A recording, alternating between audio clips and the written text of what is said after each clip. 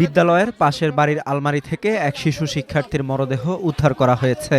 হত্যাকাণ্ডে জড়িত সন্দেহে ওই বাড়ির এক নারী গণপিটুনির শিকার হয়ে নিহত হয়েছেন।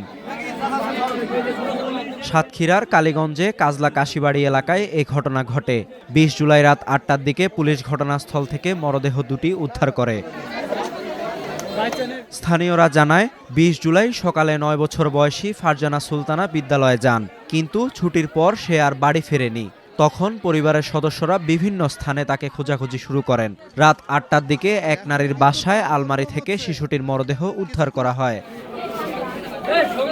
এ খবর ছড়িয়ে পড়ার পর এলাকার লোকজনদের মধ্যে উত্তেজনা সৃষ্টি হয়। ক্ষুব্ধ জনতা সুমাইয়া নামের ওই নারীকে পিটুনি দিলে ঘটনাস্থলেই তার মৃত্যু হয়। পরে পুলিশ গিয়ে পরিস্থিতি নিয়ন্ত্রণে আনে। স্থানীয়দের অভিযোগ, শিশুটির কানে স্বর্ণের দুল ছিনিয়ে নেওয়ার জন্য তাকে হত্যা করা হয়েছে। কালীগঞ্জ থানার ভারপ্রাপ্ত কর্মকর্তা শহীদুল ইসলাম জানান, মব তৈরি করে অভিযুক্ত নারীকে পিটিয়ে হত্যা করা হয়েছে।